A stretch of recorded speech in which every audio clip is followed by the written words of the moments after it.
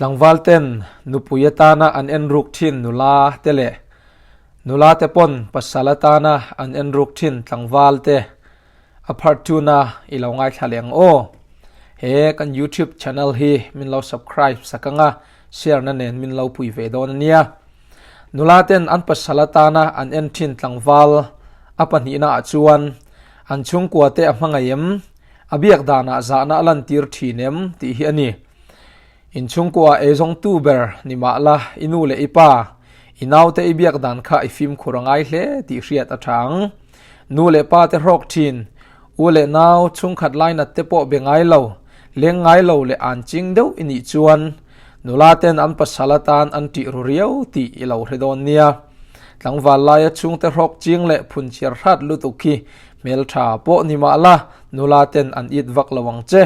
kapasalani huna khitiangin min ti vele don shim ti an chekarania itho chuange po ni se I chung te ta na eng ma ipengai lo idu zong leinan chaw ithok ani chuan nula fing chuan an hlau ruang che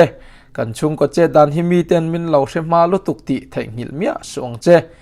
in chunga tongkam tha le ngai nom mang tamla I chung te biak rengin zaidam devin bethin la nulaten an hual kiau mayang che ti ilo hredon nia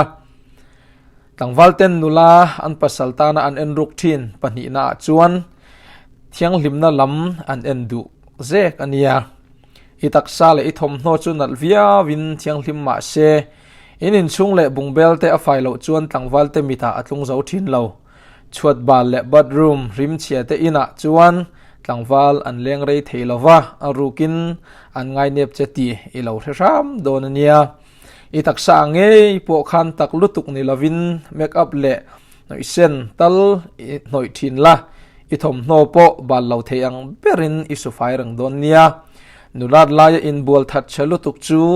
email that bon mi pateril ruwa icham rei theidon lo islipora tangin ikutin thlengin tlangwalin an en rengche na thoklai ini lo chuan fai dawin lo in vong rengang che tikha zan na hian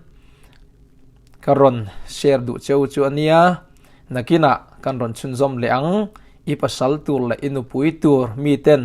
I riat hlana an endan cheka ilo film khurdon nia